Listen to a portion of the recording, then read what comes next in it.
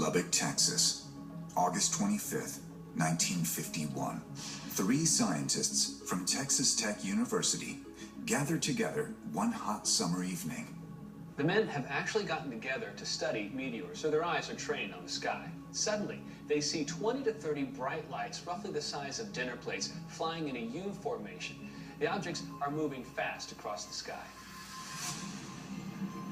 The men immediately rule out the objects as meteors, and as they're discussing what the lights might be, another group of lights, similar to the first, flies overhead. The professors reach out to the Air Force for answers, but receive word that no traffic, to their knowledge, was in the air that night. The men then report their findings to the local newspaper. Once their story is published in the newspaper, multiple witnesses start coming forward with similar stories. Very bright, very big lights arranged in a boomerang formation, flying across the sky and never making a sound. Numerous public sightings of the lights continue from August to November of 1951. The professors decide to investigate further by creating a schedule to watch the skies. Hundreds observe the lights, and at one point, there are as many as 3 flights in one night. Then, on the night of August 30th, new evidence is captured of the Lubbock lights. A Texas Tech student by the name of Carl Hart Jr. attempts to photograph the lights.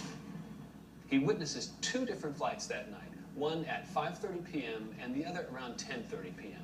He takes photos both times with his 35mm camera.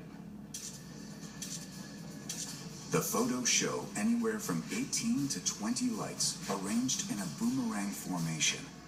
The local newspaper publishes the photos, and they begin circulating throughout the country. When I was a kid, one of the first images of UFOs that I ever saw were the Lubbock lights, and I thought this was amazing.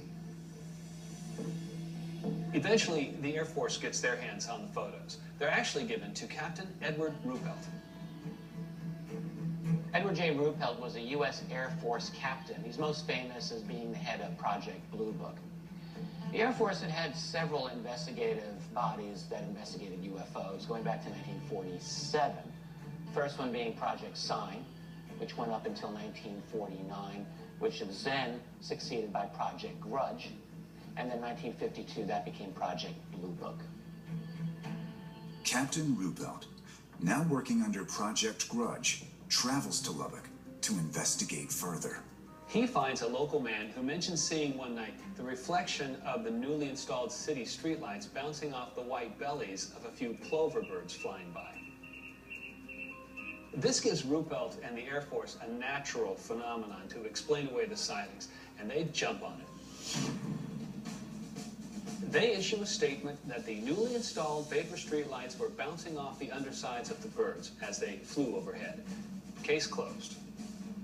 In an effort to test this theory, a photographer at the local paper attempts to recreate Hart's photos using plover birds flying over the city at night. But the photos are nowhere close to those taken by Hart, as the reflections off the birds are far too dim. A federal wildlife game warden also rules out the plovers as a cause of the sightings. He notes that the birds can only fly around 50 miles per hour, much slower than the movements of the lights. Not to mention the fact that you can hear the birds when they fly. The residents of Lubbock are also not satisfied by the Air Force's findings and demand answers, but they hit a dead end. To this day, no one can truly explain what the lights were or where they came from.